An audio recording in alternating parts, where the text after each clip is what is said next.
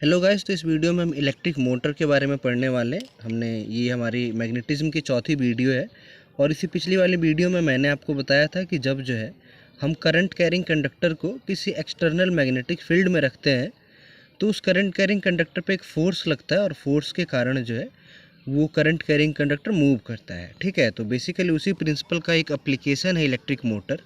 ठीक है, तो स्टडी करते हैं हम इलेक्ट्रिक मोटर को और बाकी डिटेल्स मैं आपको बीच में बताते रहूँगा। ठीक है, सबसे पहले इलेक्ट्रिक मोटर होता क्या है। तो इलेक्ट्रिक मोटर की अगर मैं बात करूँ तो मोटर जो है या इलेक्ट्रिक मोटर जो है एक डिवाइस होता है जो कि कन्वर्ट करता है इलेक्ट्रिकल एनर्जी को मैकेनिकल एनर्जी में। ठीक है, तो बेसिकली ये करता क्या है, तो electrical energy to mechanical energy, ये इसका कन्वर्जन है electrical energy to mechanical energy. ठीक है, यानी ये करेगा क्या कि इलेक्ट्रिकल एनर्जी का, यानी हम इसको इलेक्ट्रिसिटी देंगे मोटर को और ये जो है उसे मैकेनिकल एनर्जी में, यानी ये जो है उसे रोटेट कराएगा। ठीक है, तो बेसिकली आप लोगों सबने जो है मोटर देखा होगा, आपके फैंस में इस्तेमाल होता है, आपके ग्राइंडर मिक्सी इन सब में जो है या वॉशिंग मशीन इन सब में मोटर लगा होता है जिसकी वजह से ये रोटेट करते हैं। ठीक है, तो रोटेट करने यानी मैकेनिकल एनर्जी के कारण जो रोटेशन होता है। और ये रोटेशन आ कहाँ से रहा है, इलेक्ट्रिसिटी से। आपने देखा होगा कि बिना इलेक्ट्रिसिटी के चीज़ें नहीं चलती हैं, तो इलेक्ट्रिसिटी ज़रूरी है। यानी मोटर एक डिवाइस है, सिंपल सा एक इलेक्ट्रिकल डिवाइस जो कि इलेक्ट्रिकल एनर्जी को मैकेनिकल एनर्जी में कन्वर्ट करेगा। ठीक है, तो ये तो बात हो गई कि मोटर है क्या। फिर दूसरी बात कि ये जो इलेक्ट्रिक मोटर है इसका प्रिंसिपल क्या है, ये भी बहुत इंपॉर्टेंट है कि किस प्रिंसिपल पे वर्क करता है। तो प्रिंसिपल आपको ध्यान रखना है कि it work on the principal that when, तो ये आप सिंपल सा ये भी कह सकते हैं, force acting on a current carrying conductor, force acts on a current carrying conductor in a magnetic field. तो किसी भी मैग्नेटिक फील्ड में अगर जो है हम किसी करंट कैरिंग कंडक्टर को रखते हैं तो उसमें फोर्स लगता है और उसी फोर्स की वजह से इसमें रोटेशन होता है। ठीक है, तो यही जो है इसका प्रिंसिपल है, सिंपल सा। तो प्रिंसिपल आपको ध्यान रखना बहुत इंपॉर्टेंट है। प्रिंसिपल एग्जाम्स में डायरेक्ट जो 1 मार्क का क्वेश्चन आता है, right the principle of electric motor, तो आपको पता होना चाहिए। ठीक है, या फिर इसे आप इस तरीके से भी एक्सप्लेन करते हैं कि जब आप रेक्टेंगुलर कॉइल को किसी मैग्नेटिक फील्ड में रखते हैं और करंट पास कराते हैं रेक्टेंगुलर कॉइल से, तो रेक्टेंगुलर कॉइल जो है वो कंटिन्यूअसली रोटेट करने लग जाता है। ठीक है, तो उसी के बारे में हम पढ़ेंगे अभी। तो ये प्रिंसिपल हो गया। फिर इसके बाद हम पढ़ते हैं इसका कंस्ट्रक्शन कि ये बनता कैसे है। तो कंस्ट्रक्शन में हम जो इसके पार्ट्स पढ़ लेंगे कि कौन कौन से पार्ट्स होते हैं। ठीक है, तो मैं यहाँ पे लिखूंगा नहीं, डिटेल्स नहीं लिख रहा हूँ मैं यहाँ पे, बस मैं यहाँ पे एक्सप्लेन कर दे रहा हूँ। जो मैंने डायग्राम यहाँ पे इलेक्ट्रिक मोटर का बनाया है उसमें जो है, तो सबसे पहले तो आप देख सकते हैं कि मैंने जो ये एक्सटर्नल मैग्नेटिक फील्ड लगाया है यहाँ पे, ये मैग्नेट का नॉर्थ पोल है और ये मैग्नेट का साउथ पोल है। तो बहुत स्ट्रॉन्ग मैग्नेट मैंने यहाँ पे लगाया हुआ है। ठीक है, तो एक तो मैग्नेट हो गया। कंस्ट्रक्शन में हमारे पास क्या क्या पार्ट्स आ रहे हैं, तो एक तो मैग्नेट हो गया, स्ट्रॉन्ग मैग्नेटिक फील्ड। ठीक है, मैग्नेटिक फील्ड चाहिए हमें तो एक स्ट्रॉन्ग। फिर उसके बाद मैंने कहा कि एक कॉइल लिया मैंने ABCD, तो ABCD एक कॉइल है, रेक्टेंगुलर कॉइल। ठीक है, तो दूसरी चीज़ क्या आ गई कंस्ट्रक्शन में, रेक्टेंगुलर कॉइल, जिसे मैंने यहाँ पे ABCD नाम दिया है। ठीक है, फिर इसके बाद जो है ये रेक्टेंगुलर कॉइल के बाद अगर मैं बात करूँ तो यहाँ पे ये दो आपको सेमी सर्कल से नज़र आ रहे होंगे शेप जो है। ठीक है, तो इन सेमी सर्कल को जो है जनरली हम कहते हैं स्प्लिट रिंग, स्प्लिट रिंग्स, या कई बार जो है इन्हें कॉम्यूटेटर भी कहा जाता है। तो ध्यान यही रखना है आपको कि अगर एग्जाम में कॉम्यूटेटर के नाम से आता है तो कॉम्यूटेटर भी आपको पता होना चाहिए कि इन्हीं को कहते हैं, स्प्लिट रिंग्स को। तो इन्हें मैंने जो है किससे डिनोट किया है, X एंड Y से डिनोट किया है। ठीक है, इसके बाद जो है फिर हमारा अगला है, जो आप ये जो है रॉड्स देख सकते हैं या जो है ये ब्रशेस है यहाँ पे। ठीक है, तो इनको कहा जाता है ब्रशेस या कार्बन ब्रशेस भी कहते हैं। ये कार्बन के बने होते हैं, ग्रेफाइट के एक्चुअल में। ठीक है, तो कार्बन के बने होते हैं और इनको मैंने नाम दिया यहाँ पे P एंड Q।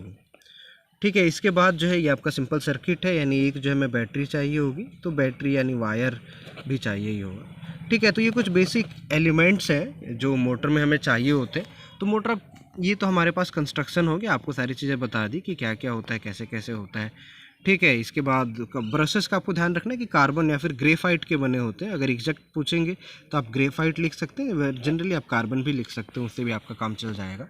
तो बेसिकली ये जो है कंस्ट्रक्शन हो गया। इसके बाद आते हैं इसकी वर्किंग पे।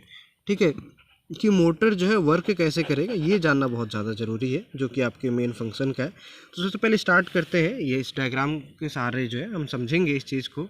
और जो हमने पिछला कॉन्सेप्ट पढ़ा था लेक्चर 3 में फोर्स का, का भी जो है इसमें हेल्प होगा। ठीक है, तो सबसे पहले जैसे मैं स्विच को ऑन करूँगा, यहाँ पे मैं एक स्विच बना देता हूँ। तो जैसे मैं स्विच को ऑन करूँगा तो इलेक्ट्रिसिटी फ्लो करेगी इस डायरेक्शन में, और इलेक्ट्रिसिटी कुछ इस तरीके से होती हुई यहाँ से जाएगी, फिर यहाँ से, फिर यहाँ से, फिर यहाँ से वापस आएगी, इस तरीके से, इस तरीके से, यहाँ से, यहाँ से और यहाँ से।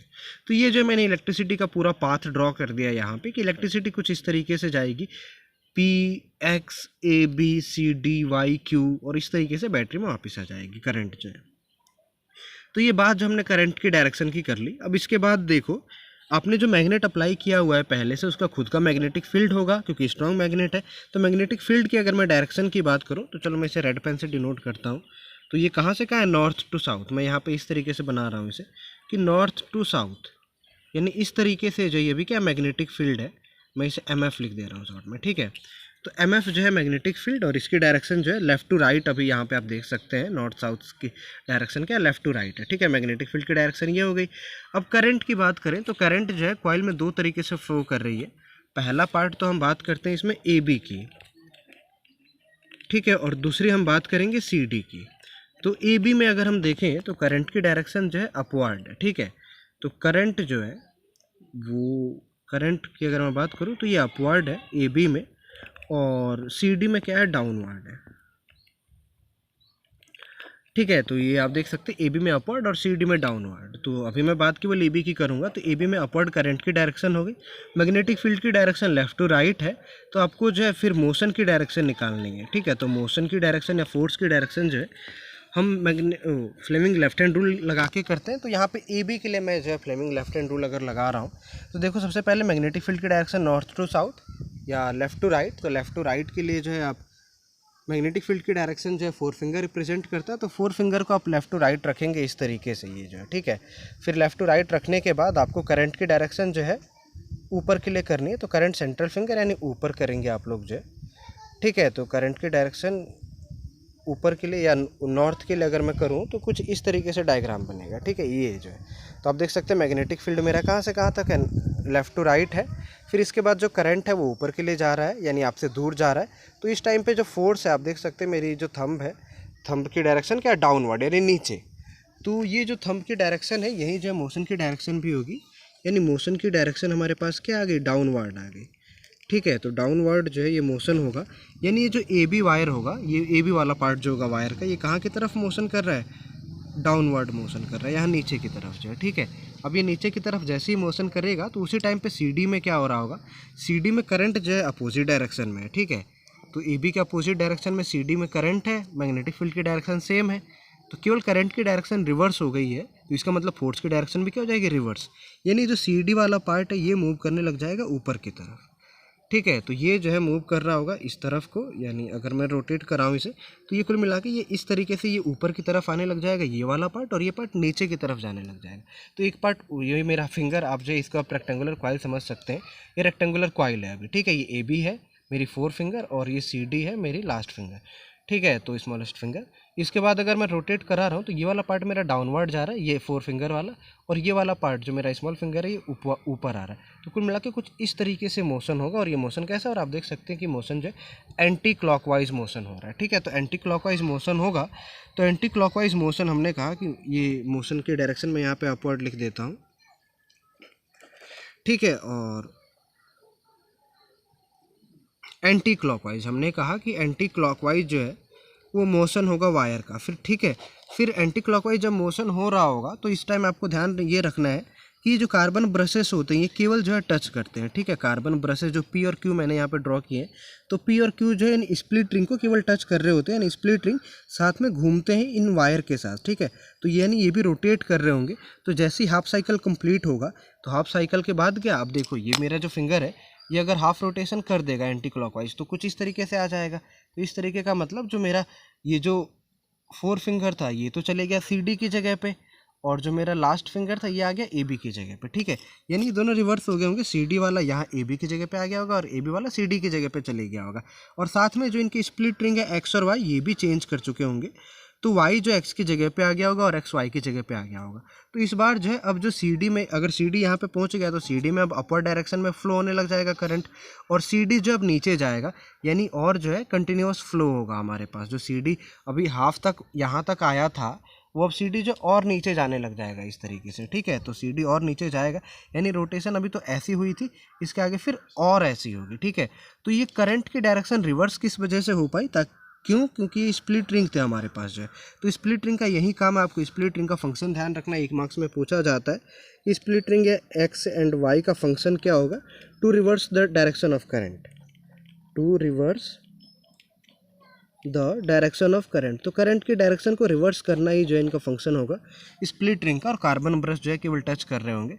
तो इस तरीके से हाफ रोटेशन के बाद जब करंट की डायरेक्शन रिवर्स हो जाएगी तो CD नीचे जाने लग जाएगा और AB जो यहाँ पे आया होगा यहाँ पे ये ऊपर जाने लग जाएगा।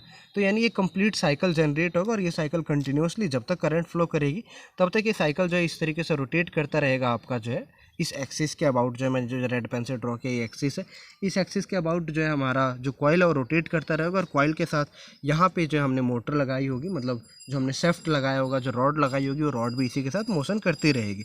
तो ये जो है आपका वर्किंग हो गया इलेक्ट्रिक मोटर का। एप्लीकेशन आपको पहले ही बता दिए कि फ़ैन में, ग्राइंडर में, मिक्सर में और वॉशिंग मशीन्स वगैरह में मोटर का यूज़ किया जाता है, ठीक है। तो ये इस वीडियो में इतना ही, फिर नेक्स्ट वीडियो में हम जो है नेक्स्ट टॉपिक की बात करेंगे।